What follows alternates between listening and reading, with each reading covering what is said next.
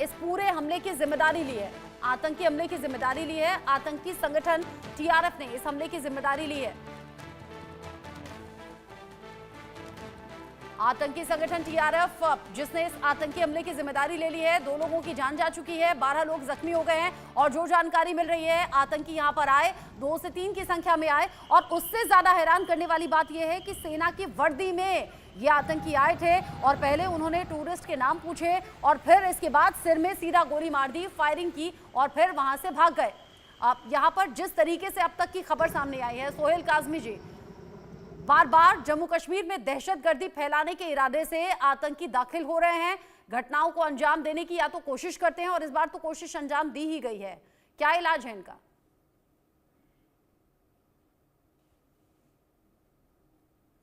सोहेल जी, मेरी आवाज आ रही है? आवाज आ रही है।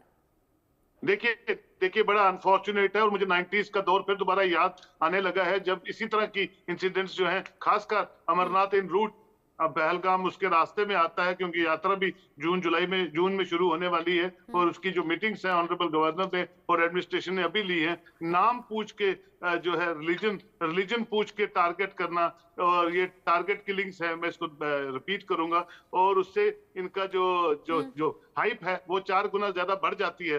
जितने जो भी संगठन है, 1 घंटे से ये कम का वक्त है इस इंसिडेंट को और टीआरएफ ने उसकी रिस्पॉन्सिबिलिटी भी ली है। दैट इंडिकेट्स कि ये प्री प्लान काफी दिनों से उनके जहन में था और प्लानिंग चल रही थी और टारगेट हिंदू पिलग्रिम टूरिस्ट को करना है, कहाँ करना है, किस तरह करना है और उसकी हाइप कैसे लेनी है, which is very unfortunate, it's very strange also, because जिस तरह का हमारी इंडियन आर्मी काम कर रही है और जो जे पुलिस और पैरामिलिट्री की कोऑर्डिनेशन में हर चीजों को मद्देनजर रखा जा रहा है, this is again a human intelligence failure. इस पे काम करने की जरूरत है। बख्शी साहब ने ठीक कहा, इनका अपना एक रोल रहा है इंडियन आर्मी में, तो ये ठीक कहते हैं कि अगर एक कमांडर एक तरह से इसकी जायजा लिया जाए तो इस पे बहुत से हम कंट्रोल कर सकते हैं, but this is an alarming incident जो आज हुआ है, नहीं होना चाहिए ऐसे, इस पे कंट्रोल जो तस्वीरें वो दहशत पैदा कर देने वाली हैं, वो खौफनाक हैं, जहां पर सैलानी अच्छा टाइम स्पेंड करने के लिए अपने परिवार के दोस्तों के साथ में, करीबियों के साथ में पहुंचे हुए थे। एक महिला जो कि रोकर बता रही है कि कैसे उसके पति का नाम पूछा गया, कैसे सर में गोली मार दी गई। अभी तक की 2 मौत की खबर मिल रही है और यह आंकड़ा बढ़ने की पूरी आशंका है। मेरे साथ में मेजर शाह भी जुड़ गए हैं, जेकेएस परिहार सर भी जुड़ गए हैं और साथ ही साथ मेरे साथ में एक एक करके और भी एक्सपर्ट जुड़ेंगे, उनसे बात हम करेंगे। लेकिन इस बीच आतंकियों ने कैसे गोली मारी है? आतंकी पहुंचे भीड़भाड़ वाले इलाके में जहां पर सैलानियों की संख्या बहुत ज्यादा थी और वहां ग्रुप में लोग इकट्ठा थे और ऐसे में वहां पहुंचे तो सीधा नाम पूछा गया, ये नाम पूछा गया और जैसे ही ये मालूम हुआ कि सामने वाले हिंदू टूरिस्ट हैं तो उन्हें गोली मार दी गई। जिस तरीके से खबरें अभी तक सामने आई हैं, हिंदू पर्यटकों का नाम सुनते ही गोली मारी, इसका मतलब जहर मन में भरे हुए ये आतंकी यहाँ पर पहुंचे थे और जाहिर सी बात है दहशतगर्दों का काम है दहशत फैलाना। यहाँ सेना की वर्दी में भी आए थे और जो हम बार बार कहते हैं ओवरग्राउंड वर्कर्स जो होते हैं, इनके जो स्लीपर सेल होते हैं, ये वक्त पर जो मदद पहुंचाते हैं, उसके बिना ये सब कुछ संभव है नहीं। यहाँ उस जहरीले इरादों के साथ में ये आतंकी आते हैं, सेना की वर्दी में आते हैं ताकि किसी को कोई शक ना हो, क्योंकि जगह जगह सेना के जवान मुस्तैद रहते हैं। नाम पूछा और आतंकियों ने यहाँ पर्यटकों पर हमला कर दिया।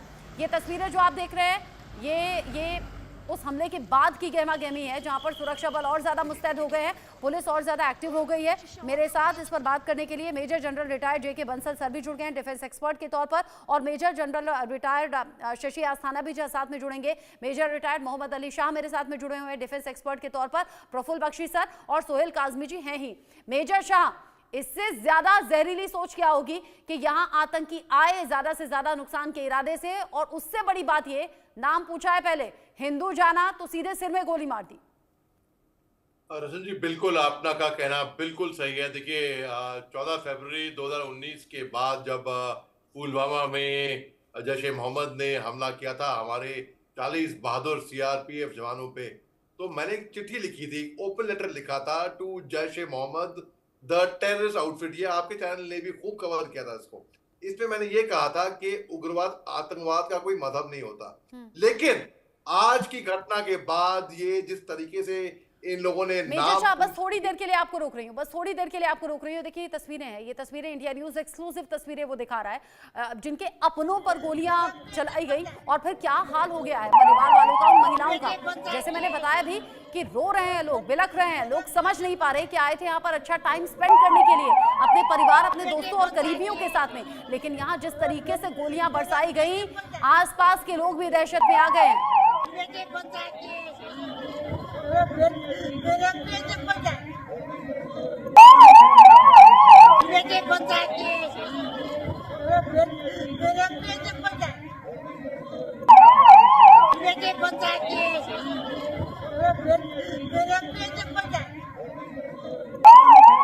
कायराना हरकत हुई है, इसका कड़ा जवाब देने की जरूरत भी है, और जिसका जिक्र अभी शुरुआत में ही प्रफुल्ल बख्शी सर ने किया भी।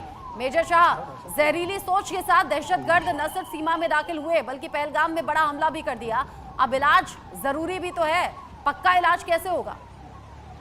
बिल्कुल जी, इलाज बहुत जरूरी है। देखिए, तो मैं आपको बता रहा था कि मैंने एक खत लिखा था कि उग्रवाद आतंकवाद का कोई मजहब नहीं होता, लेकिन जिस तरीके से इन आतंकवादियों ने मजहब पूछ के, नाम पूछ के जो गोलियां पॉइंट ब्लैंक रेंज से दागी हैं, वाकई में बहुत ही इसमें बताऊं सबसे बड़ा नुकसान होगा इसका हिंदुस्तान के जो मुसलमान हैं उनका नुकसान इसमें है, क्योंकि यही लोग आतंकवादी लोग जो हैं ये मुसलमानों के दुश्मन है। मैं तो ऐसे कह रहा हूँ, देखिए मेरा नाम मोहम्मद अली शाह है, मैं भी मुसलमान हूँ, लेकिन मैं एक हिंदुस्तानी हूँ मुसलमान होने से पहले, और मेरे को बहुत फख्र है इस बात की कि मैं हिंदुस्तानी हूँ। और ये इससे क्या होता है कि एक राइट थिंकिंग जो मुसलमान होगा उसको नुकसान होगा। अब देखिए, पाकिस्तान के army chief general Asim Munir ने इतना विपत्तिजनक बयान दिया था अभी 2-4 दिन पहले कि हिंदुस्तान के फॉर्मर डेप्यूटी चीफ ने इंटरव्यू दिया और तमाचे लगाए, उसको बताया कि भाई ये बकवास की बातें कर रहा है, ये टू नेशन थियरी की बात कर रहा है, ये डिवाइड करने की बात कर रहा है, ये तो इसलिए पाकिस्तान का प्रोपेगेंडा है ये 100% ये उग्रवाद आतंकवाद जहां से भी आता है तब जानते हैं इसकी फैक्ट्री पूरी पाकिस्तान के अंदर लगाई हुई है आईटी की। ये किसी से छिपा नहीं कि सीमा पार से ये दहशतगर्दी फैलाने की कोशिशें लगातार होती रही। पाकिस्तान अपने अंदर झांक कर देखता नहीं और भारत के खिलाफ साजिशें बुनता है, न सिर्फ बुनता है बल्कि उन्हें अंजाम देने की भी कोशिशें करता है, और कई बार तो कोशिश में कामयाबी हुआ है, जैसे कि यहाँ हो गया आतंकी हमला। जेके बंसल सर, ये पहली बार नहीं है जब सीमा पार से इस तरह की हिमाकत की गई हो, अब इलाज क्या?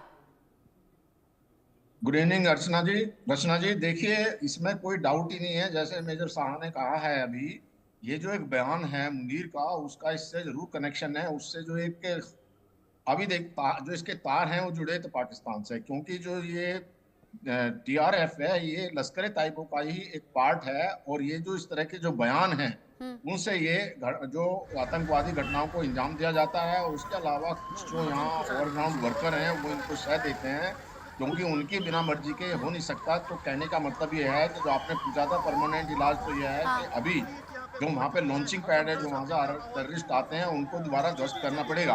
अब जो जिस तरह से पाकिस्तान अपने आप को संभाल नहीं पा रहा है, उधर बहुत उसको दुखी कर रहे हैं, जो तहरीक तालिबान पाकिस्तान है वो उनको दुखी कर रहा है, उनके ऊपर आतंक मचाया हुआ है। तो अब ये फोकस अटेंशन डाइवर्ट करने के लिए हिंदुस्तान की तरफ जो उन्होंने ये अपना रुख डाला है, ये बहुत ही खतरनाक है, जिसका एक संज्ञान लेकर के इसको बहुत ही एक सीरियसली लेकर के इसको जो ये अफरा तफरी का माहौल मचाया है, और जो इस तरह की घटना हुई है आतंकवादी को, इसको कायराना ये हरकत है और कड़े जवाब की जरूरत है। हम लगातार वो तस्वीरें दिखा रहे हैं जो हमले के बाद की हैं, यानी यहाँ हमला हुआ, उधर सुरक्षा बल के जवानों ने मोर्चा संभाला, पुलिस की गाड़ियां वहां पर पहुंच रही हैं, चप्पे चप्पे पर निगरानी और ज्यादा बढ़ा दी गई है, हेलीकॉप्टर के जरिए गश्त की जा रही है, साथ ही साथ जो परिवार इससे प्रभावित हुए हैं उन्हें भी संभाला जा रहा है, मेडिकल इमरजेंसी के लिए उन्हें पहुंचाया गया है। रो रहे हैं लोग, बिलख रहे हैं, जिनके अपनों को चोट पहुंची है, जिनके अपनों को गोली लगी है, क्योंकि यहाँ करीब 12 लोग हैं जिन्हें जख्मी हालात में अस्पताल पहुंचाया गया, और दुखद ये कि 2 लोगों की मौत हो गई है, जिसमें से एक राजस्थान का बताया जा रहा है। सर से सटाकर ये गोली मारी गई है, पहले नाम पूछा गया। इस बीच लगातार रिएक्शंस भी आ रहे हैं। इनकी हो सके अटैक भी हुआ है पहलगाम में, कुछ बताया जाता है कि 16 वार क्या कहेंगे? मैं आपको बता दूं कि इससे बड़ा दुश्मन कोई कश्मीरियों का नहीं हो सकता। एक जम्मू कश्मीर के लोगों की बिलखसूस जो कश्मीरी है, यहाँ टूरिस्ट आज नहीं 200 साल से आते हैं। हमारा एक नाम है, हमारी एक पहचान है जिसको शनाख्त कहते हैं, वो है कि हम मेहमान नवाज लोग हैं। हम अजनबी से अजनबी इंसान को अपने घर में, अपने दिल में जगह देते थे। ये वार उसके ऊपर है, उस पहचान के ऊपर है। और उसके अलावा ये जो इक्तिसादी आज़ादी है कश्मीरी की, कि वो अपने बलबूते पर कमाए, ये उसके खिलाफ एक अटैक है।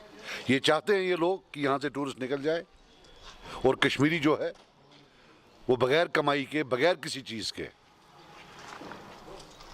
जो है गुलाम बन के रहे। ये हमारे बच्चों के दुश्मन हैं, हमारी आने वाले नस्लों के दुश्मन हैं। ये टेररिस्ट लोग हैं।